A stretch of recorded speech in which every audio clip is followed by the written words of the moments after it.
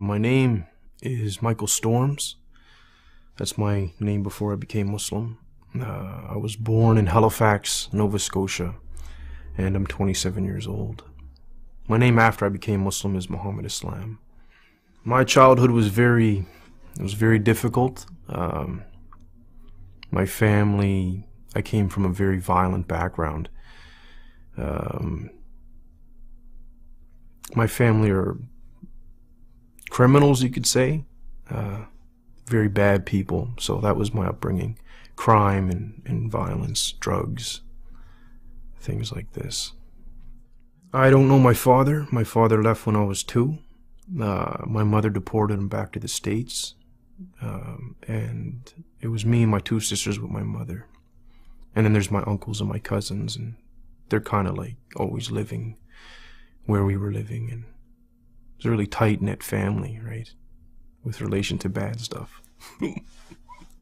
I thought the world was a very negative place because of my family, and like you were saying, because of the environment. I didn't see too many positives. So, and you could also say that my family kind of restricted my access to other things. They wanted me to do things with them.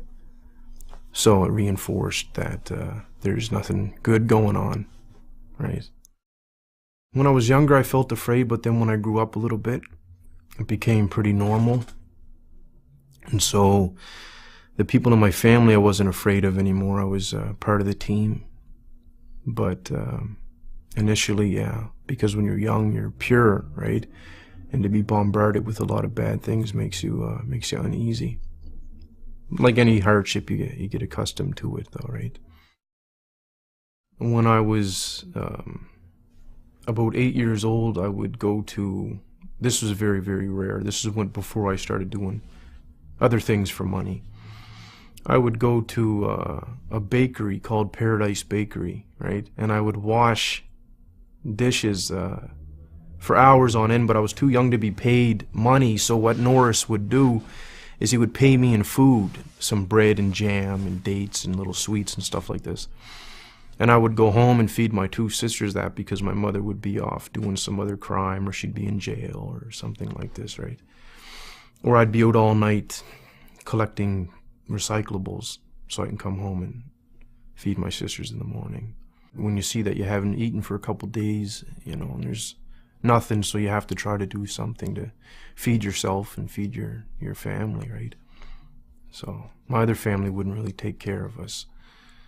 I started my little career when I was 14, you could say. And I was never close enough with too many people to say that I had friends that I could call on. I never really trusted anybody. And school wasn't for me. I never finished school. I didn't have time for it. It didn't appeal as much as what I was doing appealed at the time. I would rob, steal a lot of things, and assault people, things like that. I was never alone, but I felt lonely, right? So I felt like there was like a void, something missing. I don't even like recalling the past, but it's okay for the interview, right? So a lot of the crimes that I would do just for the sake of wanting to do it, boredom. The payoff was like a bonus, but if I wanted, like, for example, steal a car because I didn't want to walk somewhere, I would just take somebody's car. When I was young, I lost all concern for people's feelings and whatnot. The way that I grew up, I felt no one's concerned for my feelings. So if I hurt somebody, I don't care about what they think or feel, or, you know, I didn't care at the time at all.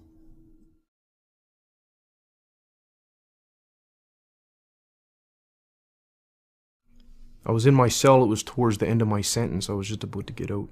And I didn't want to. I wanted to do something else. I didn't want to continue being bad, you could say.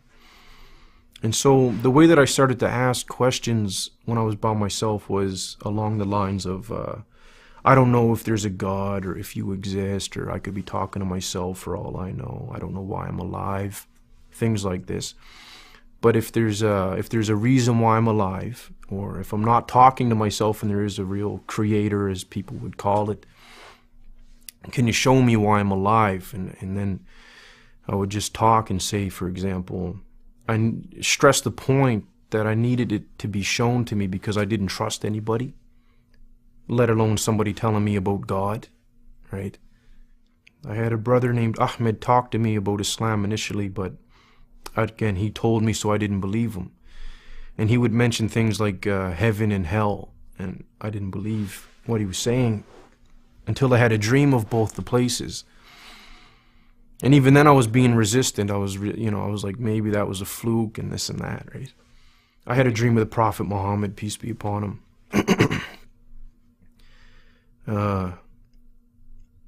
So things happened to me when I was awake and when I was asleep. And a lot of it happened to me in a very small amount of time. As soon as Ahmed started talking to me about Islam, I didn't believe him.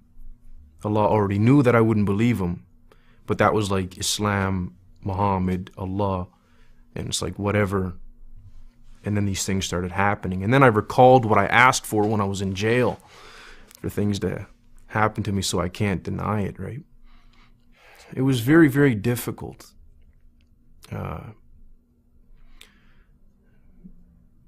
Doing what somebody else wanted you to do. It was so difficult for me, right? Even God.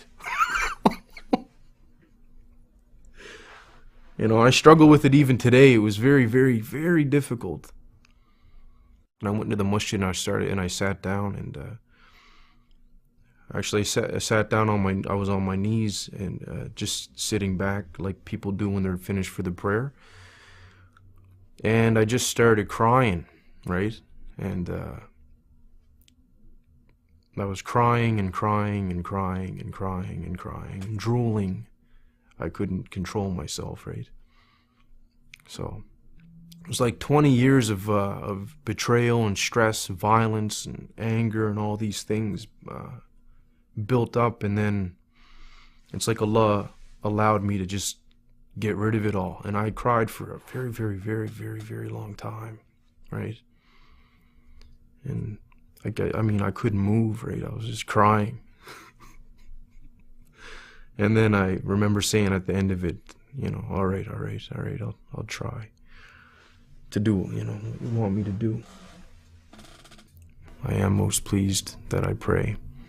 Yeah, it's important, very, very important.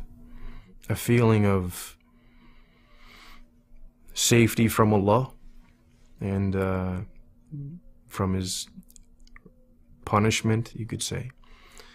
That's what I get out of it, like a calmness and that I'm all right for right now until the next prayer comes in or until tomorrow. My future, I see it as positive in the dunya because it's going to be controlled and very simple and that's why, you know, that's my positive future here. Very simple lifestyle, that's positive. Don't hurt nobody. Don't get hurt.